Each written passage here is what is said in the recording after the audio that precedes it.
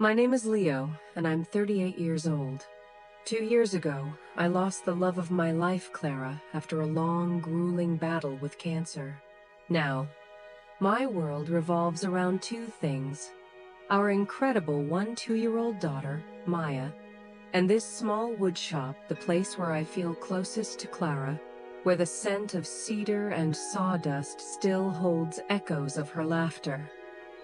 Last night, at a family dinner that was supposed to be a celebration, my own father and brother called me broke right in front of my daughter. They demanded I give up everything I'd built, everything Clara and I had dreamed of together. What they didn't know was that the answer to their insults was right on my wrist, wrapped in a secret my father tried to bury decades ago, a secret that was about to change everything. If you've ever been made to feel small by your own family, made to feel like your dreams don't matter, drop a comment letting me know where you're watching from. And hit that like and subscribe button to hear more real stories about finding your worth when you're facing the people who are supposed to lift you up the highest. My relationship with my father, Richard, and my younger brother, Mark, has always been complicated. Since we were kids, I was the quiet, patient one. I loved working with my hands, finding a profound sense of peace in turning raw, chaotic pieces of wood into something with form, beauty, and purpose. Mark was the opposite. He was the family's star, outgoing, charming, and always dreaming big, flashy dreams that caught everyone's attention. My father, a pragmatic businessman who built his career on numbers and leverage, always saw a reflection of himself in Mark's ambition. Me, with my quiet passion and sawdust-covered clothes, I was just there, an unremarkable but useful part of the background scenery. This injustice became a pattern, a silent rhythm to our family life. I remember when I was 16, I spent an entire summer working grueling hours at a local lumber yard, saving every single dollar to buy my first vehicle. It was an old, beat-up pickup truck, rusty but with a strong heart. I poured weeks into it, sanding down the body until my fingers were raw, tuning the engine with a manual I'd bought for a quarter at a garage sale. I was so immensely proud of it. A week after I got it running perfectly, Mark, who was 18, wrecked the brand new sports car my dad had bought him for graduation, drag racing with friends. There was no lecture, no consequences. My dad simply took the keys to my truck from the hook by the door and handed them to Mark. "He needs a car until his is fixed," he said, his back to me. "Leo can take the bus, he won't mind." I did mind. I minded with every fiber of my being, but I didn't say anything. It was the first time I truly understood that in my father's eyes, my hard work was disposable, a convenient resource to patch up Mark's mistakes. That pattern followed us into college. Mark went to a prestigious business school, his tuition, board, and extravagant lifestyle paid in full by our dad. He lived in a fancy off-campus apartment and frequently called home for more money for networking expenses, which usually meant bar tabs. I, on the other hand, went to a community college for woodworking, paying my own way by working nights and weekends at a furniture factory.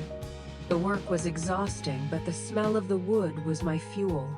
When I asked my dad for a small bit of help, not for tuition, but for a high-quality set of chisels, he scoffed. "Leo, woodworking is a hobby," he said, the disappointment in his voice palpable. "You need to learn to be self-sufficient. Mark is building a career. That's an investment. You're just playing with wood." Those words, "playing with wood," became the brand he seared onto my identity. That was how he saw my passion, my craft, my life. Even when I met Clara, a brilliant architect who saw the artistry in my work and encouraged me to open my own shop, my family's dismissiveness never wavered. They came to our wedding, But my father spent his entire toast talking about Mark's immense business potential, mentioning my new marriage to Clara only as a brief, concluding afterthought. After Clara passed, it all got worse. My grief, a raw and gaping wound, seemed to be an inconvenience to them. They needed me to be strong, not to support me through my loss, but so I could continue to be their reliable, unwavering safety net. Mark had, predictably, run another business into the ground, this time a gourmet food delivery app that he'd sunk all of my dad's latest investment money into. Suddenly, the calls started pouring in again, each one a small chip at my resolve. Leo, I know you're going through a lot, but Mark really needs a small loan to tide him over. Leo, can you help me fix the fence this weekend? I'm just so busy helping Mark clean up this mess. And I helped. Of course I helped. Because that's what I was conditioned to do. I gave loans I knew I'd never see again. I spent my only precious days off doing chores for them. I did it all while trying to piece my own shattered heart back together and be a steady, present father for Maya. I thought I could endure it, that it was the price of a fragile family peace. But I had no idea my breaking point was just around the corner, and that our next dinner would be the place where it all came crashing down. The catalyst for the storm, ironically, started with a glimmer of pure, unadulterated good news. A few weeks ago, I got a call from a prestigious art gallery downtown, the kind of place Clara and I used to visit on Sunday afternoons, dreaming. They had seen some of my work online, a series of chairs I'd posted on a whim, and wanted to commission a centerpiece for their upcoming exhibition on modern artisanship. It wasn't just an honor. It was the biggest validation of my professional career, a clear signal that I wasn't just playing with wood. The contract came with a generous advance, $20,000, enough for me to finally open the college fund for Maya that Clara and I had talked about for so many nights, a tangible piece of our shared dream for her. When I told my dad the news over the phone, his reaction was a familiar splash of cold water. "Oh, that's nice, son," he said, the forced enthusiasm in his voice barely masking his indifference. "Just don't let it distract you. Mark has a big presentation next week with some venture capitalists. Now that's a real opportunity." His words, as always, were a masterclass in diminishing my achievements. A few days later, however, he called back. His tone transformed. "Leo, I've been thinking," he said, a strange warmth in his voice. "The whole family should go out to dinner to celebrate your success. And, of course, to hear more about Mark's big plans. Let's go to the Oak Room on Saturday." The Oak Room. It was the fanciest restaurant in town, all dark wood and leather, the kind of place my dad took important business clients to close deals. We had never been there as a family. A small, naive flicker of hope ignited in me. Maybe this time is different. Maybe he's finally proud. I agreed, a cautious optimism bubbling up inside me. I told Maya, and she was ecstatic, her eyes sparkling with a joy I hadn't seen in a while. She picked out her favorite dress, and even helped me pick out a clean shirt, carefully inspecting the collar.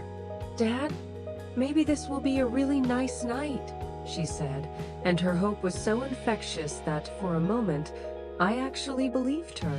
When we arrived at the restaurant, my dad and Mark were already there, seated at the best table by the window overlooking the city lights. The atmosphere was initially pleasant, almost deceptively so. They asked Maya about school, and Mark even complimented a drawing she showed him on her phone. They ordered expensive appetizers, and my father ordered a fine bottle of wine, insisting on a toast. "To family," he said, raising his glass, "and to new opportunities." For a moment, I let my guard down, savoring the taste of the wine and the rare feeling of familial harmony. But then, after the appetizers were cleared, The true purpose of the dinner began to unfold, like a well-rehearsed play. "So, Leo," my father began, swirling his wine glass with practiced ease, "this little art contract of yours, how much is it for?" I bristled at his phrasing, the condescending quotation marks hanging in the air. But I answered honestly, "The advance is for $20,000, Dad. The rest is paid on completion." Mark let out a low whistle, a calculating smile spreading across his face. 20 grand? Not bad for playing with blocks of wood. The invisible slap stung, a familiar ache. But my father went further, delivering the setup for the final blow. "Exactly," he said, setting his glass down with a decisive click. "Which is really great news, because as you know, Mark is on the verge of a once-in-a-lifetime business opportunity. An AI-driven real estate investment platform. It's going to revolutionize the industry." I had heard of Mark's once-in-a-lifetime opportunities before. They all ended with my dad writing large checks to cover the six-figure losses. "The only issue is cash flow," Mark chimed in, leaning forward eagerly, like a predator spotting its prey. "I need about $50,000 in seed money to get it off the ground. And I was thinking, since you just had this little windfall..." My stomach clenched into a tight, cold knot. I saw it coming. The carefully constructed trap. This wasn't a celebration. It was an ambush. They had lured me here, to this opulent setting, to make me feel small and indebted before making their demand. Maya's smile had vanished, her bright eyes now clouded with confusion as she sensed the shift in the air. She looked at me, a silent plea in her gaze. And I knew I had to protect her, not just from their expectations, but from the brutal disappointment that was about to unfold. "Are you saying you want me to give you my $20,000? I asked, my voice a low, dangerous calm, though a cold fury was beginning to churn inside me like a gathering storm. Mark laughed, a dismissive, self-assured sound that suggested my compliance was a mere formality. "Not just the 20, big brother. I'm thinking you should invest in the family's future. It's time you pulled your weight. You could sell a few things. Maybe some of that old equipment in your shop. Do you really need all that stuff cluttering up the place?" I was stunned into silence for a beat. That workshop wasn't just a building. It was Clara's legacy, a sanctuary built from our shared dreams and sacrifices. Every tool was chosen together, every scratch on the workbench a memory. "Mark, that's not old equipment. It's my livelihood. It's how I put food on the table for Maya. It's the only thing I have left of her." "Don't be so dramatic, Leo," my father interjected, his voice dripping with condescension. "Mark is talking about a real opportunity. Something that could secure all of our futures, including Maya's. Your work, let's be brutally honest here, is a high-end hobby. You get by, and that's admirable in its own way, but you'll never be able to give her the life she truly deserves. The best schools, the travel, the security. Oh, never down." The words hit me like a physical blow. He was twisting my love for my daughter into a weapon to use against me. I glanced at Maya, who was now staring down at her plate, meticulously pushing a piece of broccoli around with her fork. Her small shoulders were slumped in defeat, my heart shattered into a million pieces for her. "She has a good life," I said, my voice now as cold as ice. "She has love. She has a father who is present. Those are things money can't buy, Dad." "End of. Love doesn't pay for an Ivy League tuition, Leo," he shot back, his voice sharp. "Mark is building an empire. You're making chairs. It's time to be realistic." This wasn't a new script. It was just a more aggressive performance. Just a few months ago, I had spent weeks of my free time crafting a custom walnut bookshelf for my dad's birthday. It was an intricate piece, with hand-cut dovetail joints and a polished, hand-rubbed finish that felt like silk. When I presented it to him, he gave it a cursory, distracted glance. "Thanks, son," he said, already turning to answer his phone. "Just put it in the corner." A few weeks later, when I visited, I found he was using it as a plant stand. A leaking pot had left an ugly, permanent water ring on the very surface I had so lovingly perfected. When I pointed it out, a pained look on my face, he just shrugged. "Oh well, it's just a piece of wood." Oh, another time, Mark had borrowed my best set of carving chisels without asking. These weren't just any tools. They were the chisels Clara had surprised me with for our first wedding anniversary, imported from Japan. He used them to pry open a stubborn can of paint, completely ruining the delicate, razor-sharp blades. When I confronted him, Mark just laughed it off. "Come on, man, relax. They're replaceable. You can just buy new ones. They're only tools after all." He didn't understand. They weren't replaceable.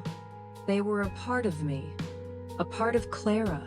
I tried, one last time, to reason with them peacefully there in the restaurant. "Dad, Mark," I said, forcing my voice to remain steady. "I understand you're excited about the new project. I truly hope it works out for you. But that money is for Maya's future. Clara and I always planned for this. It was our promise to her. I can't break that promise." "I do." "There he goes with Clara again," Mark muttered under his breath, but just loud enough for me to hear. "You always use her as an excuse, like some kind of shield." My anger, which I'd been holding back, flared hot and bright. "Don't you dare speak her name. You have no right." "Leo, that's enough," my father commanded, his voice booming slightly, turning the heads of nearby diners. "Don't disrespect your brother. We're trying to have a civil discussion here. The simple fact is, family helps family. You're in a position to contribute in a meaningful way for once, and you're refusing." "I have helped," I nearly shouted, then lowered my voice to a harsh whisper. "I have loaned Mark money more times than I can count. Money I never saw again. I've given you my weekends, my skills, my time. I have done everything you've ever asked of me. When is it enough?" "It's not enough until Mark succeeds," my father said, his tone as final as a judge's gavel. "That's how a smart family operates. We support the one with the most potential. You have a nice little skill, a cute craft. Mark has vision." Every word was a deliberate negation of my entire existence. I felt the air leave my lungs. I knew, with crushing certainty, that this conversation was pointless. They didn't see me. They saw an untapped resource, an obstacle to their ambitions. Later that night, after I'd taken a silent Maya home and tucked her into bed, her tear-stained face breaking my heart, I called my best friend, David. David had been my rock through Clara's illness, the only one who truly understood the toxic dynamics of my family. I recounted the entire dinner, my voice shaking with a mixture of impotent rage and profound hurt. David listened in his usual patient silence. When I finally finished, he said one simple, powerful thing. "Leo, they aren't just asking for your money, they're asking for your soul," he continued, his voice firm but kind. "You've let them treat you this way for far too long. You are an incredible father and a brilliant artist. You are not a hobby or a backup plan. You have built a beautiful life for you and Maya from nothing but your own two hands and a heart full of love. Don't you dare let them take that away from you." David's words were a lifeline in a sea of self-doubt. They validated the storm raging inside me. This sense of injustice wasn't me being oversensitive. It was real. It was toxic. And it had to stop. I thanked him and hung up, a new, hard resolve beginning to form in my chest. I didn't know what I was going to do yet, but I knew I couldn't continue down this path of silent endurance. The glass was full to the brim, and I had no idea my own father was about to shatter it completely. The confrontation didn't end at the restaurant. It festered. A few days later, my father showed up at my workshop unannounced. Maya was at school, and I was trying to lose myself in my work on the gallery piece, a complex coffee table made from bird's eye maple. The scent of wood and finishing oil usually filled the air with a sense of peace and purpose. His presence soured it instantly. He walked around the shop, his hands clasped behind his back like a general inspecting his barracks. His critical gaze swept over my tools, my neatly stacked lumber, my works in progress. He said nothing about the intricate piece of art I was crafting right in front of him. Instead, he stopped at an old, heavy-duty planer, a machine I'd lovingly restored. "This must be worth a pretty penny," he remarked, his voice casual but the meaning clear. "It's not for sale," I said, setting down my chisel and turning to face him. The time for pleasantries was over. "What do you want, Dad?" "I came to talk some sense into you," he said, his tone that of a disappointed teacher addressing a stubborn student. "I gave you a few days to cool off and think it over. I was hoping you'd come to the right decision. The right decision is taking care of my daughter." I shot back, my voice firm. "That money is Maya's. End of story." His face hardened into a mask of cold disappointment. "It's always Maya, always Clara. Don't you ever think about this family? About the family legacy? Mark is trying to build something that will last. Something with our name on it. What are you doing? Hiding in this dusty shop, playing artist." "I am an artist," I said, my voice quiet but unyielding. "And I'm a father. That's who I am." "No!" he snarled, taking an aggressive step toward me. "You're a disappointment. I invested in Mark because I saw potential. I didn't invest in you because you have none. You lack drive. You lack ambition. Maybe if you'd had some real ambition, Clara wouldn't have had to work so hard in her final years to support your little projects." That blow knocked the wind out of me. It was a low, cruel, calculated strike. He dared to bring Clara into it like that, to twist her memory into a weapon. "You leave her out of this," I said through gritted teeth. "You know nothing about our life." Oh, I know enough," he sneered, his face contorted with a bitterness I'd never seen so clearly. "I know you let her carry the financial burden while you pursued this passion. I know you were content to just get by, to live a small life. You're weak, Leo, and now your weakness is hurting the entire family." That was it. The final straw. The ultimate, unforgivable insult. It wasn't just an attack on me anymore. It was a desecration of my wife's memory. A cold, crystal-clear anger washed over me, silencing the hurt and replacing it with a steely resolve. All the years of being dismissed, of being taken for granted, of being the family's shock absorber, coalesced into a single moment of absolute clarity. "Are you done?" I asked, my voice terrifyingly quiet. He seemed to realize, for a fleeting second, that he'd gone too far, but his pride was a fortress. He just crossed his arms, his expression defiant. I turned away, unable to look at his face for another second. I walked to my workbench and picked up the wooden watch I was wearing. I'd finished it last week, on the second anniversary of Clara's passing. It was made of ebony and a special piece of maple, a simple but elegant design I'd sketched out one sleepless night. I wore it every day as a silent reminder of her, of our timeless love. When I turned back, I saw my father's eyes were glued to the watch. His entire demeanor changed. The anger vanished, replaced by a strange, unreadable expression, shock, confusion, and maybe... was it fear? That watch, he stammered, his finger trembling slightly as he pointed at my wrist. Where did you get that? I made it, I replied, my tone still glacial. Is there a problem? He didn't answer. He just stood there, frozen, staring at the watch as if it were a ghost that had just materialized in the room. The color drained from his face. He looked like he'd seen the impossible.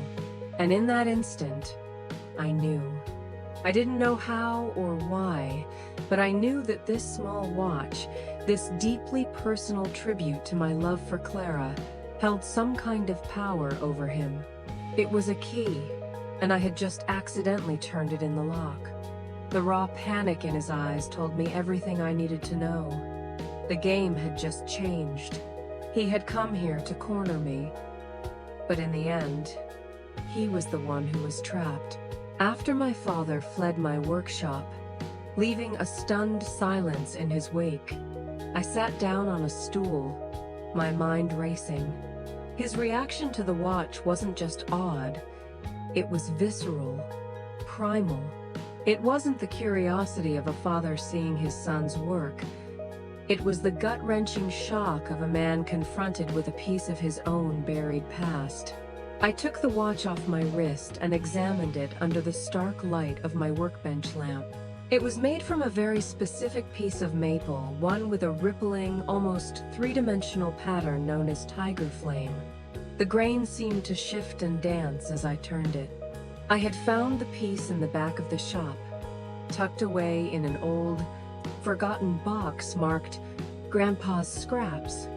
I was immediately drawn to its unique beauty and thought it would be the perfect material to honor Clara's one-of-a-kind spirit.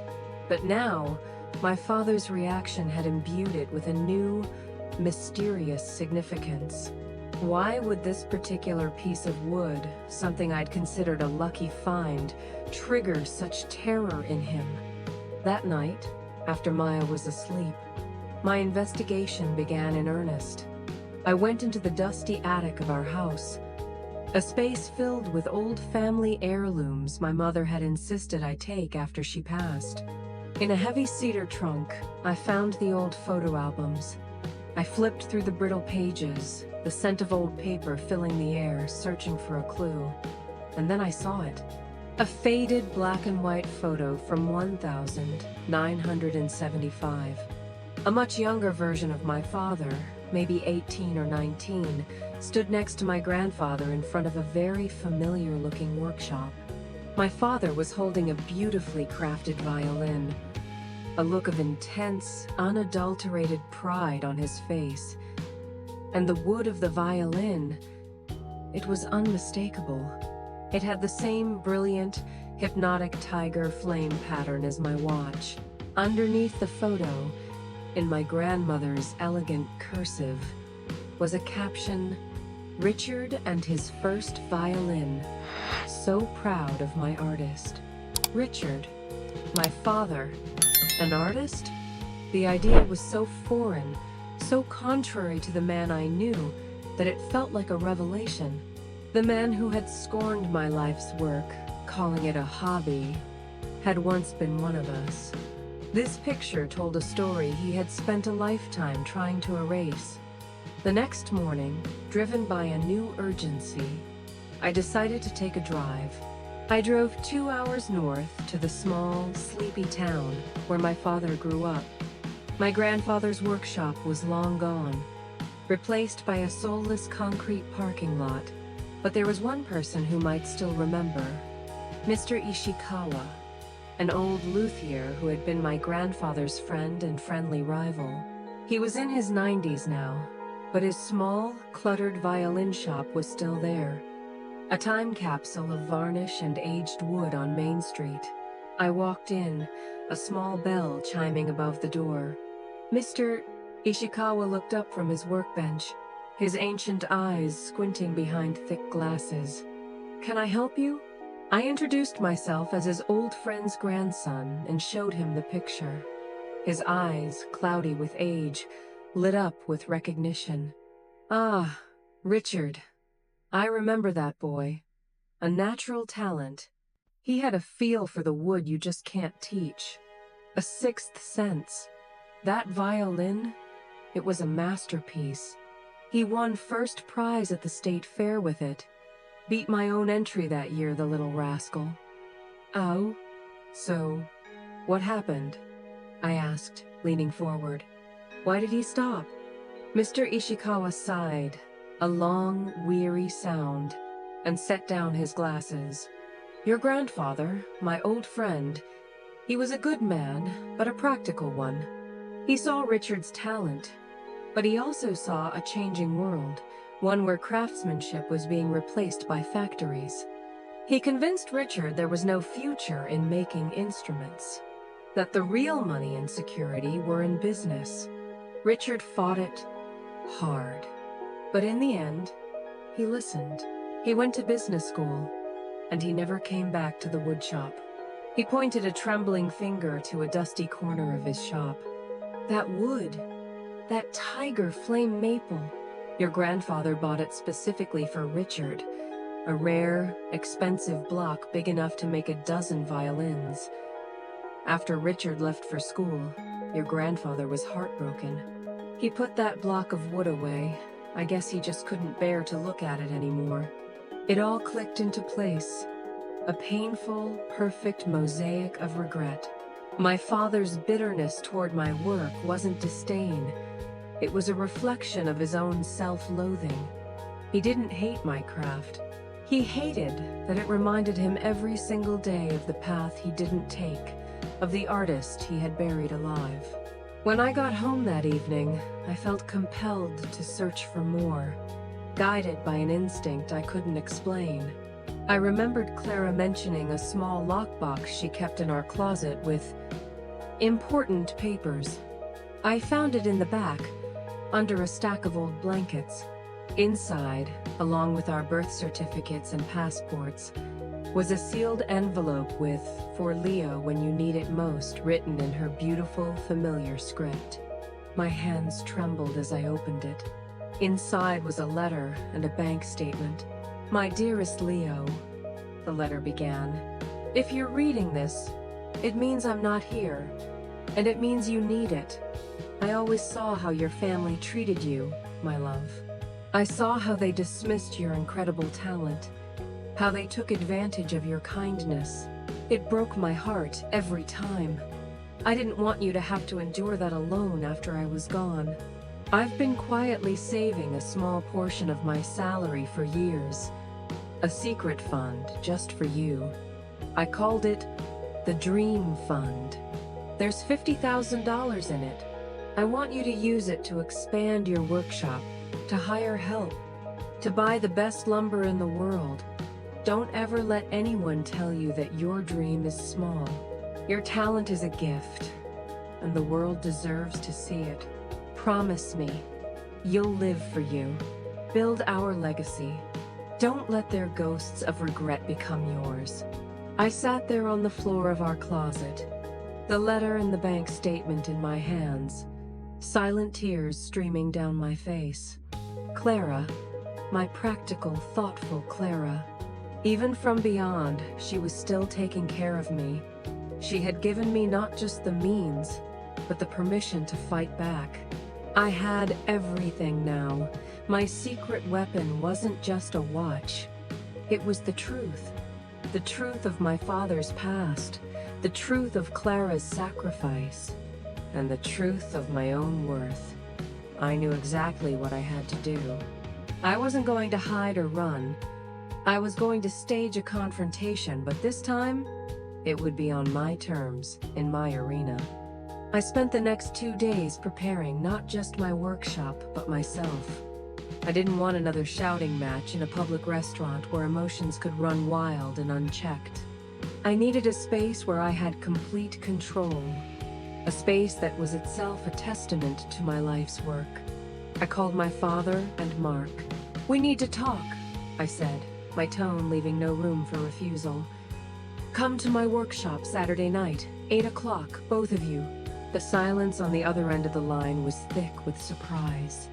"Why there?" Mark finally asked, his voice laced with suspicion. "Because it's where this all began, and it's where it's going to end," I replied, and hung up before they could argue. On Saturday evening, I was ready. I had cleaned the workshop until it gleamed. The air was thick with the rich scent of polished wood and oil. I had arranged spotlights to illuminate finished pieces, a graceful rocking chair, an intricate sideboard, the gallery coffee table making them look like sculptures in a museum. In the center of the vast room, I placed 3 simple chairs I had made from dark walnut. On a nearby workbench, under a single focused light, I placed the old photo of my father and grandfather, and next to it, my Tiger Flame watch. It was a stage, and I was the director. When they arrived, their expressions were a mixture of arrogance and curiosity. Mark looked around with a sneer. "Well, this place is as dusty as ever," he remarked, failing to notice the deliberate order I had created. My father, however, was silent. His eyes were immediately drawn to the workbench, to the photo and the watch. He couldn't look away. His face was pale. "Have a seat," I said, my voice echoing slightly in the large space. I gestured to the chairs. They sat down hesitantly. I remained standing, feeling the quiet power of being on my own ground, surrounded by the proof of my life's work. "What did you call us here for, Leo?" my father asked, his voice attempting a familiar tone of authority that now sounded hollow. "Have you come to your senses about investing in Mark's project?" "No," I said calmly. "I called you here to talk about the truth." End quote. I walked over to the workbench, picked up the old photograph, and handed it to Mark. "Do you recognize who's in this picture?" Mark glanced at it. "It's Dad and Grandpa." "So what?" "Look closer," I said, my gaze fixed on my father. "Look what Dad is holding." "A violin," Mark said with an impatient shrug. "Not just a violin," I said, my voice low and steady. "His first violin. The masterpiece that won first prize at the state fair. The work of a boy with a feel for the wood you just can't teach, according to Mr. Ishikawa." The color drained completely from my father's face. He knew I had uncovered his deepest secret. "Mr. Ishikawa still remembers you," I continued, pressing my advantage. "He remembers a young man with a natural, God-given talent, a boy with a sixth sense. He also remembers how you gave it all up to go into business, on Grandpa's advice, because it was the practical choice." That's enough, Leo," my father choked out, his voice a ragged whisper. "That has nothing to do with this." "It has everything to do with this," I shot back, my voice now rising with years of suppressed emotion. "It explains it all. Your bitterness, your constant belittling contempt for my work. You don't look down on it. You're terrified of it. You hate it because every time you look at this workshop, every time you see what I can do with my hands, you see the ghost of the artist you could have been." Mark stared back and forth between us, his usual smugness replaced by utter confusion. "Dad? A woodworker? What in the world is he talking about?" I ignored him. I picked up the watch, its polished surface glowing under the light. "This wood," I said, holding it up for them to see. This was cut from the very same block of tiger flame maple that Grandpa bought for you to start your career. The one you left behind to collect dust for almost 50 years, waiting for someone in this family to finally see its real value. I placed the watch back on the table and turned my full attention to Mark. "And you?" I said, my voice sharp. "You are the living, breathing embodiment of his choice. He poured every hope and dream he had for a successful, practical life into you. He funded your endless failures. He covered up your mistakes, because if you fail, it means his sacrifice was for nothing. It means he gave up his soul for a lie." "That's not true!" my father yelled, staggering to his feet. "I do it because I love him." "You love the idea of him," I corrected, my voice ringing with clarity. "You love him as a validation for the path you chose. Me, I'm a constant, painful reminder of the path you abandoned. That's why you could never acknowledge my success. That's why you had to call it a hobby. Because if my work has real value, then your entire life has been based on a mistake." The workshop fell into a profound silence. The only sound, the low hum of an overhead fluorescent light. Finally, my father collapsed back into his chair, every ounce of his blustering authority gone. He buried his face in his hands. "You don't understand," he whispered, his voice choked with a grief that was 50 years old. "I didn't have a choice. Times were different. I had a family to think about." "I am thinking about my family, too," I said, my voice softening just a fraction. "I'm thinking about Maya. I'm honoring my promise to Clara." "What are you talking about?" Mark demanded, his voice high-pitched and panicked. I didn't look at him. I kept my eyes on my father. "I am not selling this workshop. I am not giving Mark a single dime of my money. That money, and another, more significant sum that Clara secretly left for me, is going to be used to expand this place, to hire people, to build something real, something lasting, a legacy for Maya, a legacy that Clara would be proud of." Mark shot to his feet, his face red with disbelief and rage. "You can't do that. That's selfish. Dad, say something. It's family money." "No," I said, my voice final and absolute. "It's my money, earned with these hands, and given to me by the love of a woman who believed in me when no one else in this room did. This discussion is over." I walked to the large sliding door of the workshop and rolled it open, letting the cool night air rush in. "Now, I need you both to get out of my home." Mark looked like he wanted to protest, to throw one last tantrum, but my father slowly lifted his head. His eyes were red-rimmed and hollow, and for the first time in my life, I saw true, unadulterated defeat in them. He stood up on shaky legs, didn't look at me, and shuffled out into the darkness. Mark, after one last venomous glare in my direction, followed him. As I closed the heavy workshop door, the sound echoing in the cavernous space, a profound silence enveloped me. It wasn't the silence of victory, not really. It was the silence of release. The crushing weight of a lifetime of expectations had been lifted. I had spoken the truth. And finally, I was free. In the weeks following the confrontation, my world became unusually, blessedly quiet. The demanding phone calls ceased. The unannounced visits with their hidden agendas stopped. The silence was unnerving at first, like the eerie calm after a hurricane, making you wonder if another wave was coming. But slowly, I realized it wasn't the calm before another storm. It was just calm. It was peace. I had cut them off. I didn't return their calls, and politely, but firmly, declined dinner invitations passed through other well-meaning relatives. I needed space.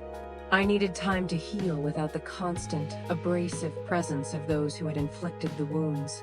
The very first thing I did was honor my promise to Clara. I walked into the bank, not as a man asking for a loan, but as a man with a plan. I activated the Dream Fund account. Holding the statement with the sum she had so lovingly and quietly saved for me, I felt an overwhelming wave of gratitude and purpose. It wasn't just money, it was tangible belief. It was a final, beautiful gift of her unwavering faith in me. With that capital, I did exactly what she would have wanted. I hired a talented young woodworker named Sam to help me in the shop, a bright kid whose passion reminded me of my younger self. I invested in a new CNC router, a piece of technology that allowed me to take on more complex designs with greater precision, blending old-world craftsmanship with modern capabilities. And I placed an order for a shipment of rare Brazilian rosewood, a timber so beautiful and expensive I had only dreamed of working with it. My workshop transformed from a solitary refuge into a vibrant hub of activity and creation. The energy shifted palpably. The hum of new machinery mingled with the classical music that Sam and I discovered we both loved. Maya would come by after school, doing her homework in a small, comfortable nook I built for her, occasionally looking up to watch us work with curious, proud eyes. She seemed lighter, happier. The tension had lifted from her small shoulders, as well as my own. "You're smiling more, Dad," she told me one afternoon, not looking up from her book. And I realized she was right. I hadn't even noticed. I hadn't known how heavy the burden I was carrying was until it was finally gone. Meanwhile, news of my father and Mark trickled back to me through the family grapevine. Without Leo's ATM to fall back on, reality had delivered a swift, brutal blow. Mark's once-in-a-lifetime venture, predictably, failed to launch without the seed money. The so-called venture capitalists he'd boasted about turned out to be empty promises. He had to sell his flashy sports car and, in the ultimate humiliation, move back in with my father. My dad, for the first time in his adult life, was forced to face the consequences of enabling Mark. He had to use a significant portion of his retirement savings to pay off the debts Mark had accrued during his last failed business. Their large, empty house grew quiet and tense. The boastful talk of big deals was replaced by the suffocating silence of failure. I felt no joy in their misfortune, no sense of vindictive pleasure. Instead, I felt a distant, profound sadness. Sadness for the man who had sacrificed his own gift for a false, hollow idea of success, and for the brother who would never truly grow up as long as someone else was always there to clean up his messes. One evening, as I was locking up the shop, I saw a familiar car parked at the end of the street. My father was inside, just looking towards my workshop, the lights of which were now a warm, welcoming beacon in the dusk. The streetlights illuminated his face, and I could see the lines of exhaustion and regret etched deep into his features. He didn't get out of the car. He just sat there for 10 minutes, a solitary figure in the darkness, and then he drove away. It was in that moment I knew this wasn't a temporary rift. This was a fundamental, tectonic shift in the landscape of our family. My new dawn had arrived, bright and full of promise. But for them, it seemed a long, dark night was just beginning. And for the first time in my life, I knew with absolute certainty that it wasn't my job to light their way. 10 months later, my life had transformed in ways I could have scarcely imagined when I was sitting in that restaurant, feeling the weight of my family's expectations crush me. Clara's Legacy Woodworks, the name I officially gave my new expanded business, was thriving. The gallery piece had been a massive success, reviewed in several art and design magazines. That single piece led to a flood of commissions from high-end interior designers in New York and private collectors from as far away as California. Sam, my apprentice, had proven to be an invaluable right hand, and we had hired 2 more trainees from the local community college, turning the workshop into a small, vibrant ecosystem of craftsmanship. It was no longer just a place of business. It was a sanctuary of creativity and mentorship. But the greatest achievement wasn't financial. Fulfilling the final, most important promise from Clara's letter, I had officially established the Clara's Artisan Scholarship. Using a portion of the business profits, the fund provided full scholarships and tool grants to talented, underprivileged high school students wanting to pursue trade crafts like woodworking, ceramics, and metalworking. At the first awards ceremony, watching the beaming, tearful faces of 3 young teenagers receive the support that would change their lives, I felt Clara's presence more strongly than ever. Her legacy was alive, a tangible force for good, not just in me and Maya, but in the futures of these bright, deserving kids. Maya, too, had blossomed. She had started taking basic woodworking classes with me in the shop on weekends. She had a natural eye for design and a steady hand. Watching her carefully measure and cut a piece of wood, her brow furrowed in concentration, I saw a perfect, beautiful mix of my patience and her mother's artistic spark. Our home, once a quiet house of grief, was now filled with laughter. Maya's ever-growing collection of art projects, and the smell of freshly baked cookies, a recipe she found in Clara's old, flour-dusted notebook. We had rebuilt our life, not just financially, but emotionally, on a foundation of honesty, creativity, and unconditional love. The fate of my father and Mark had followed a different, more difficult trajectory. Justice, in their case, wasn't a dramatic, cinematic punishment from on high. It was the slow, grinding, and unavoidable outcome of their own choices. Without an endless supply of cash and bailouts, Mark's startup ventures dried up completely.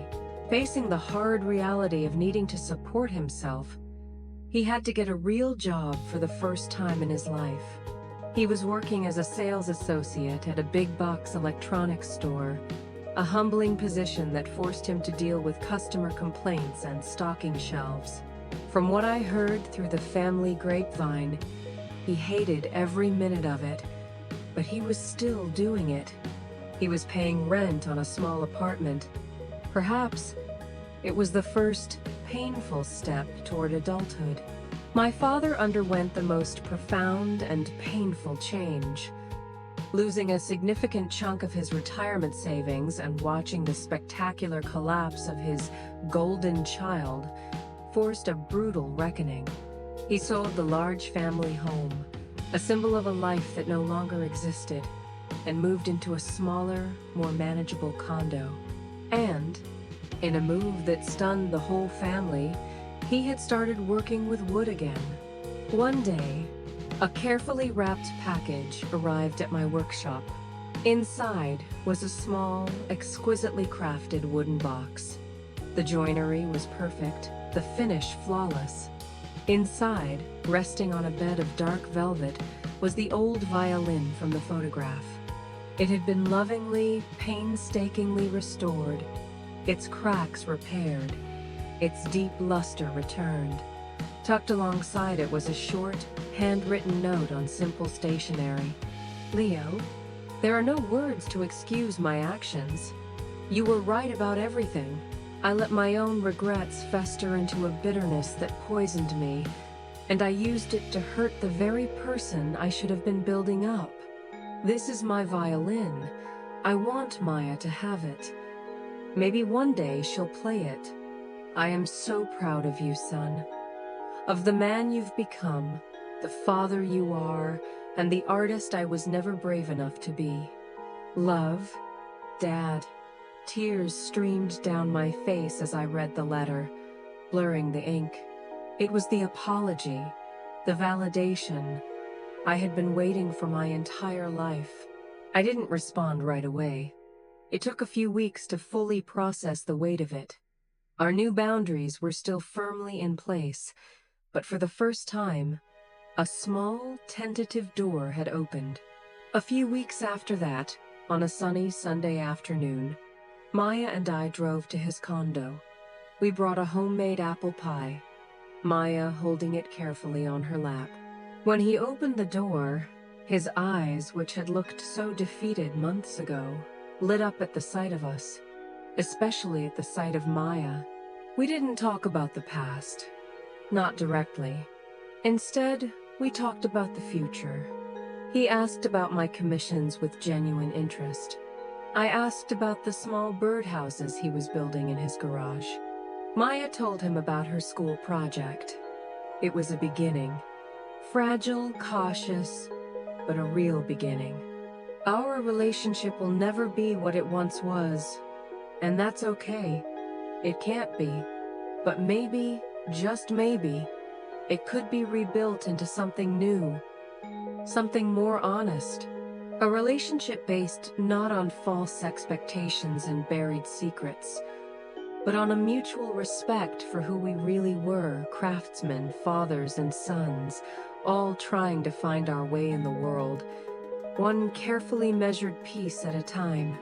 Justice isn't always a loud, dramatic verdict. Sometimes, it's the quiet sound of an old violin being repaired, waiting for a new generation to play a new, more hopeful song. As I look back on this journey, the biggest lesson I learned wasn't about wood or money or even family betrayal. It was about worth. For years, I had outsourced the definition of my own value. I allowed other people to write my story. I accepted their narrative that my passion was just a hobby, that my quiet hard work was secondary to flashy ambition, and that my primary role in life was to support the dreams of others, even at the expense of my own. My family's betrayal, as deeply painful as it was the greatest gift they ever gave me. It was a violent shove that pushed me out of the comfortable prison of seeking their approval. It forced me to stop looking for validation from the outside and start finding it from within. It forced me to truly see and accept the legacy that Clara had left me. Not just the money in a hidden bank account, but a powerful, enduring lesson in believing in myself, even when no one else does. Our true worth isn't found in what others say about us, or in the financial success they deem acceptable. It's found in what we build with our own hands, our own minds, and our own hearts. It's found in the integrity we maintain when we face injustice. It's found in the courage to draw a line in the sand, to set boundaries, and to say, with a clear and steady voice, enough. Sometimes, building your best life means you first have to tear down the toxic foundations of the past. And I've learned that a legacy isn't your name on a building or a company. It's the imprint you leave on the hearts of those you inspire. Through Clara's scholarship, I hope to continue that legacy, helping other young people find the worth and the magic in their own unique talents, so they never have to wait for someone else's permission to pursue their dreams. Have you ever had to fight for others to recognize the value of your work or your passion? How did you find the strength to stand your ground? I'd love to hear your story and your wisdom in the comments below. If this story resonated with you, please give it a thumbs up, subscribe, and share it with someone who might need to hear that their dream is valid and their worth is non-negotiable. Remember, you are the artisan of your own life. Never let anyone else tell you that your masterpiece isn't one. Thank you for listening.